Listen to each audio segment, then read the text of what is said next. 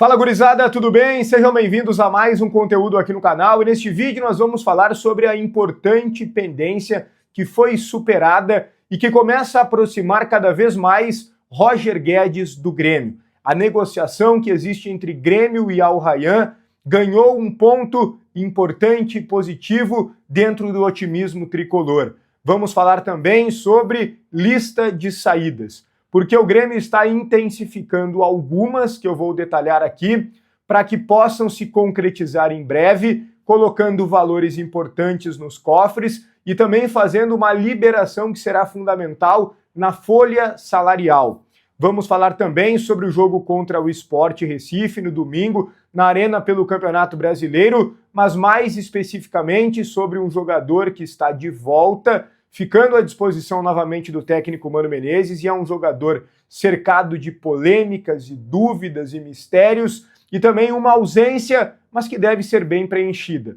Tudo isso em nome de A Hora do Pastel, Matiello Corretora de Seguros e Crepe do Alemão, depois da vinheta.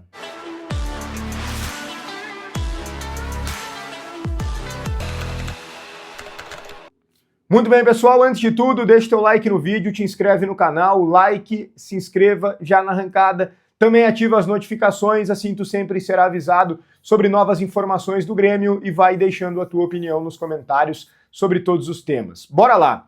Grêmio Sport, domingo, 8h30 da noite, precisamos da vitória. Tenho acompanhado alguns debates esportivos e vejo que algumas pessoas fazem uma força para dizer que tá com cara de derrota, que tá com cara de vexame na arena, jogo típico do Grêmio aprontar, jogo típico de demissão de treinador. O torcedor não pode cair nessa. O torcedor do Grêmio precisa estar confiante, porque essa confiança passa para o campo. A gente já sabe, não é novidade para ninguém, que o nosso time é muito fraco. Se tiver uma desconfiança no estádio, a coisa piora. Então o torcedor ele tem que apoiar, não os jogadores que são ruins, que têm dificuldade até mesmo para competir, que falham na falta de atenção. Não é o apoio à comissão técnica, que embora eu defenda que não deva ser trocada ainda, né? Agora, se perder para o Sport em casa, realmente talvez seja inevitável, mas não é por uma defesa à comissão técnica, e sim por entender que ficar trocando de treinador preenche uma cartilha de rebaixamento. Não é apoio, portanto, a jogadores, comissão técnica, mano, enfim, nem a diretoria, né? Muito menos, na verdade, a diretoria, que é a grande responsável por tudo isso que está acontecendo de negativo com o Grêmio, mas a camisa do clube. Nós temos que olhar acima. Precisamos ser superiores nesse momento, ter paciência, resiliência, apoiar a camisa do Grêmio, o clube, a instituição. Por isso, se você puder, vá à Arena domingo, mas vá com a paciência elevada. Eu sei que é difícil pedir isso, mas sei lá, dorme até mais tarde, almoça tranquilo com a família, aquele churrasquinho de domingo, de Dia dos Pais, fique com as pessoas que você gosta, seu pai, se você tiver pai ainda, evidentemente, seu avô, se tiver avô ainda, seus filhos, seus tios, enfim, seus familiares, irmãos que também são pais. E aí depois, com muita calma, muita tranquilidade, vá à Arena para apoiar o time. Porque 0-0 é goleada. O Sport é muito ruim? Sim, mas nenhum jogo é fácil para o Grêmio. E a gente precisa dessa vitória e a gente precisa montar um ambiente minimamente positivo. Já que já tem muita gente tentando fazer crise, pressão, o torcedor não pode entrar nessa onda, pelo menos essa é a minha opinião. E dentro desse cenário, o Kahneman está fora, suspenso, recebeu o terceiro cartão amarelo. O Balbuena tem a sua estreia projetada e muito provavelmente já no time titular, até porque o Gustavo Martins segue lesionado, vai demorar um tempinho ainda para voltar, e o Gemerson não tem a mínima condição. Então, Balbuena do lado direito, recolocando o Wagner Leonardo para o lado esquerdo, o que é muito positivo. O Grêmio terá o Cuéllar de volta, dificilmente no time titular, mas ele está treinando e está à disposição, uma chance muito alta de ser relacionado. O que significa isso? Significa que uma das principais contratações do Grêmio na temporada estará ganhando mais uma oportunidade de mostrar futebol. Eu quero dizer para vocês que não pensem que o Grêmio vai, de alguma forma, recuperar aquele Cuéllar do Flamengo, porque isso é utopia. Não elevem essa expectativa, porque, de novo, vão parar na frustração. O Cuéllar do Flamengo não era nem tão bom quanto muitos imaginavam, ou pelo menos nem tanto em relação à qualidade, mas muito mais em relação a características. Algumas pessoas, da imprensa inclusive, imaginavam o Cuéllar camisa 8, tomando conta do meio-campo. Nunca existiu esse Cuéllar. O Cuéllar era um cara de marcação excelente no Flamengo. O que ele tinha de capacidade de roubada de bola era algo fora do normal. Ele tinha muita intensidade para jogar, então ele combatia com muita facilidade também. O Cuéllar tem isso como seu principal mérito, como a sua principal característica. Mas com o tempo perdeu essa intensidade. A gente sabe que é muito diferente o calendário na Arábia, se treina menos, se joga menos, tudo mais espaçado. Os jogadores voltam de lá e precisam sim de um período longo de readaptação, mas já faz quase 8 meses que o Cuéllar está em Porto Alegre e ele precisa urgentemente dar uma resposta, mesmo que mínima, porque ele não apresentou nem o mínimo. Então está aí, mais uma oportunidade. O Grêmio tem uma dificuldade entre os volantes. Eu já deixei muito clara a minha opinião de que para mim são todos muito parecidos, todos de primeira função, mas ele está aí, pronto para concorrer com os jogadores, até porque mesmo que sejam iguais, o Mano tem usado volantes iguais, né? Ele não tem usado o camisa 8, Edenilson ou Alex Santana, mas talvez use contra o Sport, porque é um jogo que o adversário vai atacar menos, vai se defender mais, é um jogo na arena, um adversário pelo menos em tese mais frágil, a gente precisa ter a bola, a gente precisa ter um time mais ofensivo, então é possível que o camisa 8 jogue, mas mesmo entrando na segunda etapa, o Cuéllar tem a obrigação, a responsabilidade de começar a dar uma resposta melhor. Tem toda uma situação de que o Grêmio não entendeu, não deu a melhor estrutura para o jogador. Sim, talvez o Grêmio tenha também a sua parcela de culpa, mas o próprio Cuéllar também não se dedicou como deveria. Teve alguns problemas que atrapalharam, ficou muito tempo fora, etc.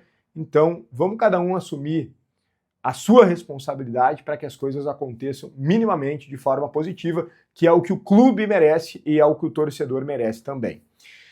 Lista de saídas.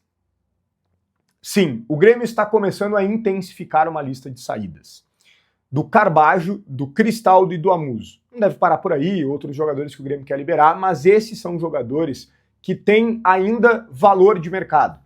Né? Porque, é claro, o Grêmio também quer liberar o João Lucas, já tentou, não conseguiu, ia encaminhar para o Juventude, etc., naquela negociação que acabou frustrada pelo Kaique, ainda bem, né? Vocês viram a entregada do Kaique no jogo contra o Santos? Surreal.